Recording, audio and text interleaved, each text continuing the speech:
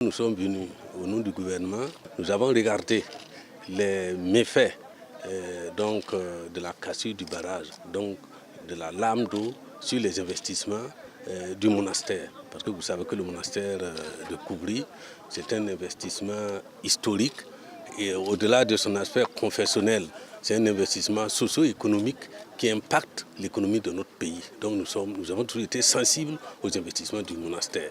Effectivement, ce que nous avons vu ce matin avec vous, c'est qu'il y a eu beaucoup de dégâts. La seule consolation, c'est qu'il n'y a pas eu de perte en vie humaine.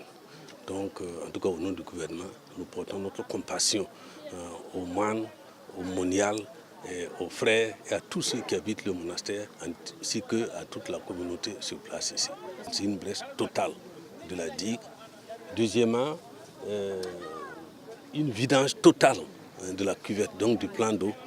Troisièmement, en tout cas, une érosion importante à l'aval pour ce qui est des investissements agricoles.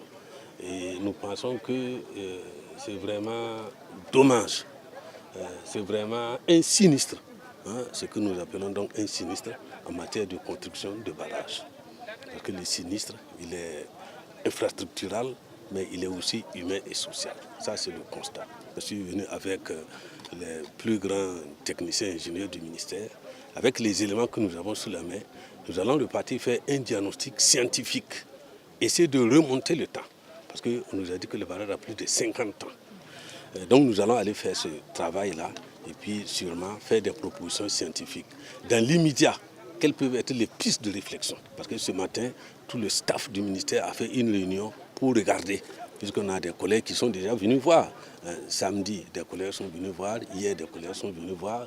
À court terme, nous aimerions bien que le reste des pluies qui sont attendues puissent nous permettre de garder un peu d'eau pour quand même atténuer la perte économique et sociale que conduit donc la rupture du barrage.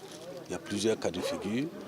Nous allons voir s'il faut faire un seuil, c'est-à-dire faire juste une petite barrière pour garder un peu d'eau, ne serait-ce qu'une bonne partie de la saison sèche.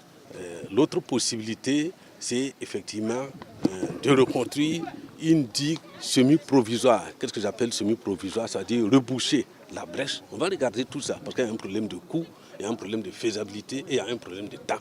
Si on arrive à faire ça, nous pensons que le reste des pluies ne devrait pas être à même de dégager ce que nous allons mettre sur place. Et nous allons prévoir, bien sûr, un ouvrage de sécurité, un ouvrage fusible. On n'a pas pu le voir, mais un déversoir. De l'autre côté, on va regarder un peu comment le travailler pour qu'en cas de difficulté, l'eau passe plutôt par là-bas que par le milieu de la digue. Voilà un peu les scénarios que nous allons partir regarder. Mais on va regarder la faisabilité, j'insiste, technico-économique, et puis on va regarder aussi les délais